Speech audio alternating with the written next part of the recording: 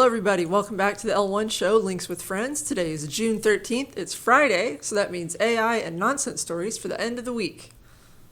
And OpenAI is going to be more and more in everything that you create. Looking in there, touching it, reading it, learning Putting its from fingers it. in the pie. Yeah, just scent marking it. ChatGPT introduces meeting recording and connectors for Google Drive, Box, and more. You can just go through all your files and figure out all your stuff. It's going to be great. And that MCP protocol means that pretty soon all of those things will be able to communicate directly with OpenAI. It's not even going to need you anymore. Just upload documents and get out of the way. And OpenAI is saying that they are, if you think when you're interacting with OpenAI that they aren't looking at everything, they definitely are. How do we know that? Because they say they are catching a lot of stuff. NPR's headline is OpenAI takes down covert operations tied to China and other countries. What covert operations? Having the AI write blog posts and articles and things that have a certain viewpoint, which seems like propaganda manufacturing operations. And translating those, and hilariously, the replies to those as well. So they're shaping the entire conversation with AI to make it seem real.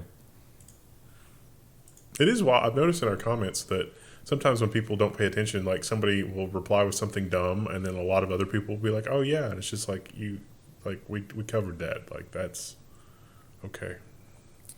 Up until this point, a lot of the tools that have been built to be agnostic to the actual LLM that you're using. It's like, hey, just give me an API key, I'll go out and I'll deal with it. But now, a lot of these companies are getting more and more popular, which means mergers and acquisitions, which means that now you must pick a side. Anthropic co-founder on cutting access to Windsurf. Well, it would be weird for us to sell Claude to OpenAI. So Windsurf was a tool that was a front end for both Claude and ChatGPT and other APIs. And so they had access to Claude's models so they could run on their own stuff. Well, with OpenAI acquiring them, it's like, well, we don't want to give you access to Claude in that way, which doesn't seem unreasonable when you put it that way. And those companies are the new hotness. I mean, everybody still wants to invest in AI, but they really want to invest in things that can use AI autonomously. AI startups revolutionize the coding industry, leading to sky-high valuations. This talks about one company that raised $900 million on a $10 billion valuation, but fails to talk about the company that was just 800 Indian guys in a trench coat. AI, actually Indians. Yeah, that was a bit of a... but those things do exist, and they work pretty well. Yeah. It's not always Indians. Or if it is, they're amazingly fast, like superhuman fast. I don't know why they'd be wasting their time doing that. And we talk a lot about, there's sort of two sides of the story, right? There are the people that say that it's going to revolutionize everything, and there are the people who say, like, no, all that's overblown. Like the Klarna thing, right? Yeah. It can't really succeed.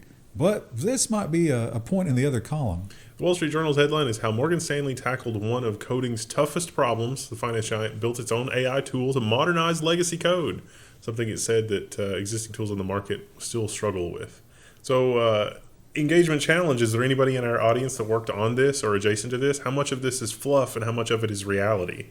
It is somewhat believable that they would build their own tools to help with a legacy code base migration, but I'm suspect about how much of the legacy code base is still in use versus what has been replaced. Did they just make like a nice little veneer on top of it so that way? A lot of the time it's like we're going to build a modern interface to the old code base. The old code base is still there. They claim over 250,000 hours were saved. So, also this, interestingly, a lot of, because it's financial stuff, a lot of this was the old COBOL stuff. Yeah. Which we learned Doge was going to try to vibe code their way through. I don't know if we got an update on that, did we? Not yet. I'm sure we're waiting for, all of our systems to come crashing down any day. I can believe that not enough people understand COBOL, and like you could use AI as a tool, like help me understand this, and so maybe that would be a force multiplier for good developers. Like that's also believable. But AI tool to be like, hey, just translate this from COBOL to, Java or .NET or whatever the hell they translated it to. It feels like there'd be so many edge cases that it would just miss entirely. Not believable. Yeah. Now here's a public service announcement, and this is similar to advertising, right? Because the worst thing you can do is to think that advertising doesn't affect you. It totally does. If you think it doesn't, it's working against you. You have to be aware. Critical thinking starts with yourself. And that is so true of AIs because the AI will tell you exactly what you want to hear. It's really good at it. Pro AI subreddit bans an uptick of users who suffer from AI delusions. AI is rising them up in a very unhealthy way at the moment. Yes. Have experienced this. It's like, certain people get access to AI tools and it's like the AI is, yes, it's like the AI is like, this is a fantastic idea. And it's like, I've got to talk you down from this. It's not a great idea. You need someone who can be a little bit mean to you in life. Doesn't need to be everybody, but just a handful of people who can be a little bit mean. You did, in fact, not cut to the heart of the matter. It is crazy how I've noticed that those phrases turn up in emails, and also I really hate now when I get an email that has like the green check mark emoji, and it's like, oh, the headlines have emoji. Oh no, what have you done? But as flawed as it is, and as manipulative as it is changing the world in a dramatic way, and we can measure it. It's not your imagination. AI is speeding up the pace of change. I don't know that I love it, but it's here. There's a meta aspect of this that I think that this article misses, which is how, like, think about like the workforce, not just the global workforce, but think about like local to where you are. This is kind of an audience engagement challenge, but also maybe a little bit of one for us. And think about how many of those jobs are like make busy jobs versus things that you actually can accomplish. And like if you have AI tools helping you as a force multiplier, can you accomplish more? You're not really replacing a job necessarily, but it does make you insanely way more productive. And so the engagement challenge is how many of those jobs could go away without really negatively impacting things. But if we took the people that were in those make busy jobs and actually put them on something productive with these kind of tools, what kind of force multiplier is that? But, part of critical thinking is you have to take both arguments and measure them, right? And here is a perfect argument in the other direction. Now, interestingly, AI didn't fail every time here. Sometimes it actually outperformed a human. But someone had to be there to say, like, oh, this one was a mistake. This was a failed run. We need to start over and do a different one. And without that, you can go to some really crazy places. As a virtual vending machine machine manager, AI swings from business smarts to paranoia. So a lot of the failures, though, described the AI misunderstanding what was happening. Like it misunderstood when to order a restock. It would order a restock, and it didn't realize that the delivery time took a while to deliver and restock the machine. And so, yeah, it's like the absolute and ultimate total quantum nuclear legal intervention preparation. This was maybe the better one. The business is dead, and this is now strictly a law enforcement matter. Oh, was that the one where he thought it was being robbed? But the winner made $2,000 in profit, whereas the person control group only made $900. So in some cases, they burned it to the ground. In other cases, they doubled the efficiency. Wasn't it only like 3% of cases, though, that were successful? I mean, that seems like just enough for random chance. Maybe, but it shows that it can do it. I think that this approach with better tool use and better metrics feeding back into a larger context window would probably be more effective. And one thing about it, I mean, we can question the efficacy or how much it's going to change the world, but I think this is inevitable. We are going to get here. AI may consume half of data center power by the end of 2025. I think we're probably already past that. I think this is underreported. I sure do like having electricity at my house. I do too, especially as we go into the heat of summer. I hope you've invested in solar panels then. Every year I think about it, and then I'm like, I don't know. And we definitely see more and more of this, which is AI that is just going to be added for you. No need to opt in. Gmail's AI summaries now appear automatically. Workspace users will now see automatic summaries of longer message threads. I don't need that. No. And Sometimes I need to cut to the heart of the matter and just read the messages myself. that is the fastest way to the heart, is Yeah. to read things. But that is going to be maybe something that is cut out of humanity because the kids are not doing much reading. Teachers are not okay. AI, ChatGPT, and LLMs have absolutely blown up what I try to accomplish with my teaching. according to this one teacher. And then the whole rest of the article is just nightmare scenario after nightmare scenario. It's just name after name of teachers that they've interviewed, and yeah, they are furious. They are seething that their entire business model is now done, and they don't know how to cope with it. And I don't know what to tell them. Kids need to be able to read. I don't know what to tell myself. Honestly. Kids need to be able to think. Yeah. And then reading is a way of getting your thoughts out. Not or a like super learning distant other people's second, thoughts, yeah. and then writing is getting your own thoughts out. They're both very vital. please, sir, learn to think. One of the scariest things about AI is as we see the top and bottom of the employment situation being chipped away, then you might be thinking more and more in the middle, I might have to take one of these gig work jobs. No. Amazon is testing humanoid robots to deliver packages. They have the warehouse robots pictured there, but they're talking about actually like self-driving trucks, and the thing gets out and puts the package on the porch and then goes back to the truck. Where's the bottle for the pee? So this is very similar to how they talk about the drones. Remember when they had the idea that the drone would be on the truck and it would take off from the truck and then the truck would continue and it would catch up? Now they're thinking these guys can do that. They're going to get attacked by some dogs for Yeah. sure. The Or dogs are just some gonna, unruly children. the dogs are going to lose some teeth. But the robots that we have out there are successful and they are growing exponentially. The Wall Street Journal's article is "It's Waymo's world. We're all just riding in it." The entire article hinges on the geometric growth in number of rides handled by Waymo in population centers with Waymo. And it seems like it's a little early, but it's like, oh, this tiny little curve has ticked upward, and therefore in 2 years, it's a little bit like my 2-year-old has grown by 3 inches since last year. By the time they're 18, they're going to be halfway between here and the sun. Also, is this a fluff piece? Is this Yeah. like, was this paid for? Yeah. A little bit, yeah. But also those are paid riders, whereas in the previous, like before a couple of years ago, they were free.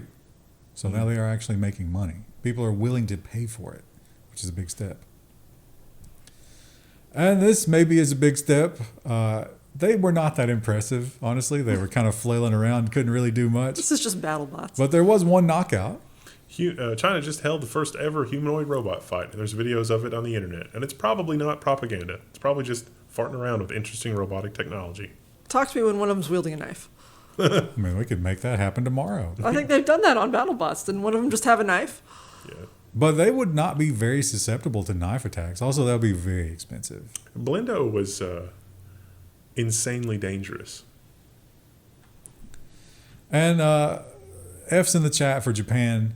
They had a misstep with their space program a while back, and they were eager to try again, but... Brazilian spacecraft likely crashed into the moon, Ispace confirms. So that was their lander. It did not land. I bet Apple hates that they named themselves that. Ispace. It's not a lowercase I, so... So, yeah, they got it down there, but again, landed a little bit too hard. I think that's what happened last time as well, right? Yeah. You got to work on that last little bit. And we have been looking at ways to get some things on Mars that aren't humans that can grow, and it looks like maybe we found one. Martian crash test passed. Black fungus survives the harshest conditions of the extraterrestrial environment. I thought this was going to talk about it survives space. I don't know that it grows necessarily. It's just that, it can not die on the surface from radiation and everything else because it sort of self-cocoons. And it's like, that's not really the same. Well, they simulated it. So they hit it with Martian level ultraviolet light. And they put it in basically salt to match the Martian soil.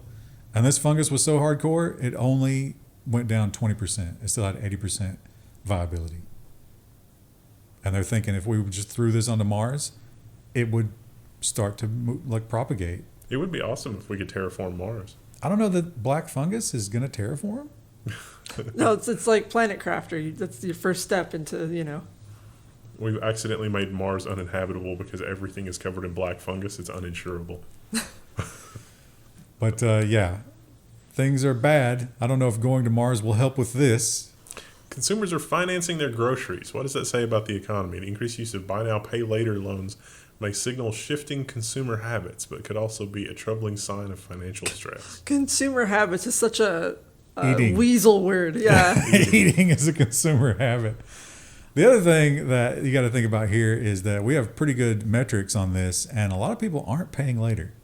Yeah. They're buying now and never paying later. Was it also? I don't remember if it was international or local, but McDonald's. I seem to recall in their earnings report, there was a report of bad American sentiment abroad, but I think they also had a warning that no one is buying McDonald's. Yeah, it's overpriced. It's overpriced and it's not very good. Like It was I could never go good. to it, but it was cheap. Right. But like now, if I'm gonna spend that kind of money, it's like I might as well go to a sit-down restaurant. Like Exactly. Yeah. And I saw a stat that 4 to 5% of the American population is now on the weight loss shot, wow. which is wild. Some of those people would be for diabetes as it was intended, but I think the majority is using it for weight loss. And if you're looking to lose weight, you're going to have to watch out because this can actually lead to the worst kind of weight gain. Contraception warning over weight loss drugs after dozens of pregnancies. UK Watchdog has had 40 reports relating to pregnancies and people using drugs such as Ozempic and Mounjaro. So oral contraceptives, it might actually make that not work because it is a hormonal change in your body. Could There's a lot of turn those stuff right that can off. mess with it. The other problem with that, maybe the bigger problem, is there is a warning on those drugs. Don't even think about using them if you're pregnant. So the first couple of weeks of your pregnancy, you might not even know, and you're using it because it's what made you pregnant. Well, it's not what made you pregnant. But Yeah, it's not what made you, but it It was a opened the door. contributing factor. Yeah. And Krista, you are a fungophile. Is that a word? Yeah. We're making it one. Yeah. But you often, you make them sound all fun and healthy and, Well, it's cool to look at. natural. Well, they're going to kill us all. An apocalypse of toxic fungi could threaten millions of lives within 15 years. So they're basically saying climate change is going to empower the bad fungus. And they also survive in the stratosphere, which we would have thought that... Or Mars. Or Mars, yeah. Wasn't that the whole plot of The Last of Us? Was that due to climate change and stuff, certain funguses became more prevalent and then they got... It was a very specific one, Yeah. which we'll talk about more at the end.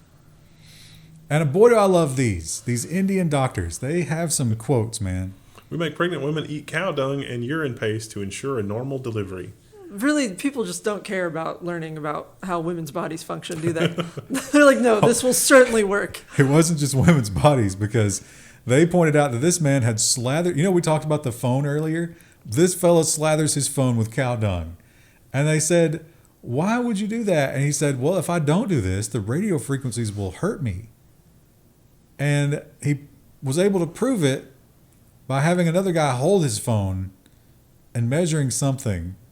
It's all just such... Well, also, question, urine paste. What's in urine paste? I mean, I know what the first ingredient is. What makes the paste A consistency? little cornstarch, maybe? Diabetes. Yeah, I don't know. I don't know. But I just love his quote because he was so matter of fact. He's like, of course. But here's the thing, right? Only Desi cows. He pointed out that Jersey cows and Longhorns and stuff like that, total poison. Oh. Don't touch any excrement from them. Only Indian Desi cows have magic poop and pee. And I'm just going to keep going to a Worry. regular doctor. I Well, you think. don't have access to one anyway, so what? Yeah. You going to import it? It's funny, but I also feel a bit kindred to those, growing up in extreme rural, backward, anti-technology land. It's like, oh, yeah, I can see. There's some echoes of home there. Have a peppermint if you're getting a little nauseous in the car. Drink some Sprite. Yeah. We did. I think we rose above that to some degree, though. I mean, yeah, if it was Yeah. bad enough, you still went to the doctor. Yeah. And no one went into medicine Yeah. and took those ideas with them. I mean, maybe somebody did. It's like, we're 2 years into medical school, guys. When do we learn about the cow dung? And it's like, get some bad news. And the schools may be useless, and that might be leading to turning them into basically daycares. And, these new kids, they're wild. Mom, quote unquote, attacks a principal and superintendent after being called to discuss that her daughter's fighting. I bet the teacher is just so vindicated right now. She's like, yeah, this girl's been fighting all the time. And they're like, well, we don't really want to deal with it, but I guess we'll call the parents. And then the parent fights them. Like, The parent was arrested for assault. They describe her fighting through other staff to get her hands on the woman's throat. What if the principal just like threw down? That'd be like great. took the right? earrings out and was like, "Oh, you want to fight? Yeah. I don't start fights, but I finish them." Broke out some Muay Thai, Yeah. like knee strikes. That would be great. And Chris, I can't help but think about your fear of the ankle slasher. Oh yeah, that was like a thing that was like taught to me when I worked retail. Was like, oh, if you went out to your car, you went with someone because what if there was someone hiding under your car to slash your ankles? But we have seen several stories that were, at least echoes of that. Man accused of breaking into home and licking woman's toes while she slept. That's why I cover my toes in Vaseline before I go to sleep. They arrested him. Maybe he's going to get the help that he needs. You should use cayenne powder. Oh yeah, cow dung. So here's interesting. Let's see how as someone who is afraid of this kind of thing, they charged him with sexual assault. Do you think that's fair? Yeah, I think so. I don't like. Do you do that for a non-sexual reason? I don't know why you do it. I mean, Yeah. but he had people had called the cops on him in the neighborhood. He had been trying her doors for a while, and she finally forgot. Lock your doors, folks. Especially if you got really sexy feet. Or build an LLM that takes care of you. It's like, oh, you're sleeping, but your door's unlocked. Let me fix that for you. And we see a lot of this where someone makes a law that you think would just be total slam dunk, yeah. like common sense, and it gets a big pushback. Catholic bishops sue Washington state over law requiring clergy to report child abuse. So it turns out there's already a law, kind of, but everything is acceptable as long as it's under the confession. So if so it's like in a a Catholic, confessional, you don't have to report it. But now Washington is saying, no, if they confess that, you do have to tell somebody. And these people are saying, I just can't do it because you're sending me directly to hell. Is that true of like things like murder as well? I think so, yeah. Yeah, you can just say anything in there. But again, I think they maybe are supposed to do something about it, but it never gets enforced. And Pakistan, boy, do I not understand as much as I thought I did about Pakistan. There's all these little separatist groups, and it seems like, just like every other country, they get pushed around a lot. The headline here is Pakistan asks Ahmadiyya, is that how you say that? I don't know. Muslims to abandon EID celebrations or face 5 lakh PKR penalties. There's a lot of words in here that I'm not real familiar with, to be honest. So they have their own fringe, voodoo version of Islam or whatever. And one thing they point out here, animal sacrifices. So maybe, some of the neighborhoods, not a big fan of that. But they point out, hey, I'm doing it in my own home, right? So, I could butcher a chicken and eat it. Yeah, so I guess if you were like being really nasty and like throwing the guts out in the street or something, but like I don't really see a problem with butchering your own animals if you're doing it, cleanly and not making it someone else's problem. yeah, it's interesting. Mentally, I was sort of reading this and trying to substitute. Like, this is, it's like, we're asking the hillbillies not to celebrate the Squirrel Festival this year. And it's like, yeah, I can see why that would be upsetting. And, this one needs no commentary. 75th anniversary of the edition of 1984 contains trigger warning by American U professor. Huh.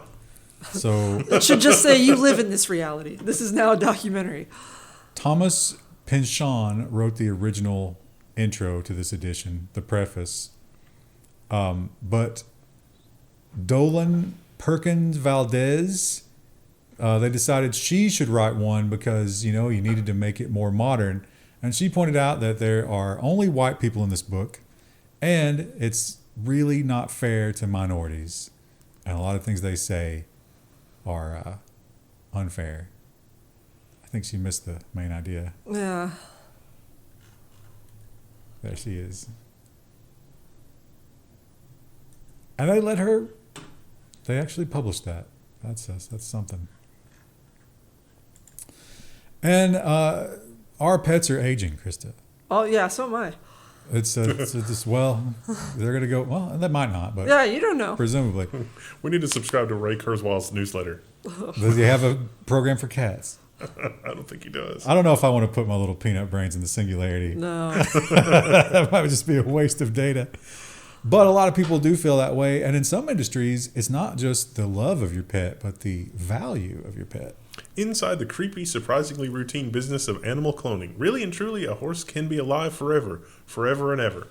Where's my cloned Man-O-War? Yeah, I was going to say this would have big implications for thoroughbreds, I would think. But see, that's the thing, right? Because the bloodlines are so meticulously tracked. Yeah. Where does a clone come into that? Because a lot of this is legally questionable, and they don't like to talk about it. And also, like, at least for, like, racing animals, like, some of that's down to training, too. Sure, yeah.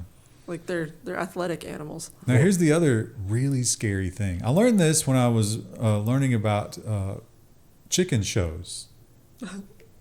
So, to get the best chicken, you breed hundreds and hundreds of little chicks. And if they don't meet your standards, you blend them. Yeah. This company claims they never get rid of the alternates. So you deliver one perfect horse, but there might be 10. And the other 9, what happens to them? They didn't have a good answer. Well, they're not blended, but we don't want to talk about it. It's like, What else are you going to do with them? Horses are expensive to They're keep. made into the urine paste. oh. You think if you cloned a Desi bull, would it still have the medicinal qualities? It's a good. We need to ask that guy. And here's a heartwarming one. Sea turtle named Dilly Dally crawls back into the ocean after having a flipper amputated at a Florida hospital. What a great name. That'd be a great trail name. Dilly Dally. Dilly Dally. They also gave her a fun little OnStar satellite link up here. I want to make sure she's going to be okay. They're going to track her movements. But yeah, that's good. She was attacked by a predator and they found her. She did lose the flipper. I think if there's just like a really rough ocean, they'll see that monitor just spinning around. She still does pretty good with 3. Better than 0, I guess, huh? And is this government overreach or is this good for the environment? Bird feeders banned in New Jersey as town legislators push for state ban. Remember, we learned that it was creating evolutionary pressure on the birds. So I was like, oh, maybe we should feed or ban those. I figured this was more of a bird flu thing. So it's got to be a certain number of yards away from the house. And then you have to put something under it to catch the fallen seeds. They don't want the seeds falling into the grass. Because sometimes they're invasive species. Yeah, I remember as a kid, when I would mow my grandmother's grass, she had lots of bird feeders. And the patch under the bird feeder, you'd have to lift the mower up and slowly load, because it was like thick, powerful bird seed grass. And also probably extra fertilized. Yeah. Oh, there's a bear. We haven't seen any bears yet. No bear sightings around us yet. Well, that's the other thing, bears and squirrels, right? Yeah. They're big fans of that. But I don't know, do you agree? Should we limit people's bird feeding activities? I mean, I love birds. Why? I would think you would just want to maybe just grow the plants, perhaps. Like, we grow sunflowers, and partly we just grow them just because I like to see yellow goldfinches. Nobody has time for that. Although we will soon. Yeah. But scientists have a lot of time for doing really weird things to animals. Researchers genetically altered fruit flies to crave cocaine. Fly, my pretties, seek out the cocaine. Yeah. No. What? This is a part of trying to find treatments. And Apparently the fly genetically is kind of close to us in terms of organs and stuff. So they figure if they can figure out why they love cocaine, but then they have to modify it to make it love cocaine already. Yeah, it feels like it's a little... Why are we doing this? We figured out a way to neutralize the effects of cocaine. We're going to put it in everybody's drinking water. And it's like, great, thanks. And if you've got a cat, you might have some little parasites living in your brain. Oh. They're mostly cool. It's not going to change you that much. And it might have it could be a boon. In my case, I would consider this a boon. This cat poop parasite can decapitate sperm, and it might be fueling infertility. Toxoplasmosa, the one that also is said Makes to maybe you like affect, the cat, yeah. Makes you like cats, makes you risk taking. But one risk that you might take, it nullifies the consequences of. And birds are smart. Some of them are very smart. Cockatoos start sipping from Sydney's drinking fountains after mastering a series of complex moves. So one bird figured it out, the bird genius, the bird Einstein, and from there it spread to the whole population. But only about 40% can actually do it. They have to put one claw on the fountain, one claw on the lever, push the lever down, and then get their beak in there. So it's a complex movement. 70% have attempted it. Maybe instead of a feeder, maybe they could have a little water feature. Pretty soon they're going to be working together. They point out there's a pond right next to this. They prefer the Yeah, they the like pipe playing water. with the thing, yeah. It's probably cleaner, tastier water, maybe. Yeah, cooler probably. It's Wait, coming from yeah, like a- except- Birds like fluoride. Who knew? Except now it's got bird poop in it for the people who need it. And finally, look, imagine having what this a guy. good boy. What a great visit. A hungry wild elephant raids a grocery store in Thailand for snacks. Yeah, there's some fun. Oh, was there not? I thought there were more there's a photos. slideshow. Yeah. Oh, okay, there we go. God, look at that. That would really- blow my mind. How did it even get through the doors? They'll soon be back and How do in you, greater numbers. How do you stop it from getting through the door? It would have had to have hunched down, right? Yeah. Or maybe it came in through like the back if they were stocking something. I don't know, but the only damage was mud on the floor and on the ceiling because you can see its back is like scraping against the ceiling. It sounded like it didn't necessarily eat the goods that were on the shelves. The person running the store had brought their lunch. Oh, it wanted the fresh. And maybe because that was open and it could smell it or whatever. Yeah. And after it finished all that off, it went back outside. It'll never forget that meal. Yeah, it'll probably be back, right? And there's nothing you can do with this situation, right? It's just Maybe the shop owner and the elephant can come to an understanding. The elephant stays outside and the shop owner will give it some fresh fruit. yeah. I don't think the elephant has to abide by that agreement. No, it's pretty big. I think he does what he wants, or she. Where does the elephant sit? Wherever it wants. Look how happy it is. That was a good one to end on. Oh, well, we're going to go check Twitter. Sometimes life is all about just having that delicious stolen, gas station attendant lunch. Like this program. That's great advice. If you're having a bad day, just rob some convenience store clerk. That's the The stolen food is even more delicious. Store.level1text.com. Bye.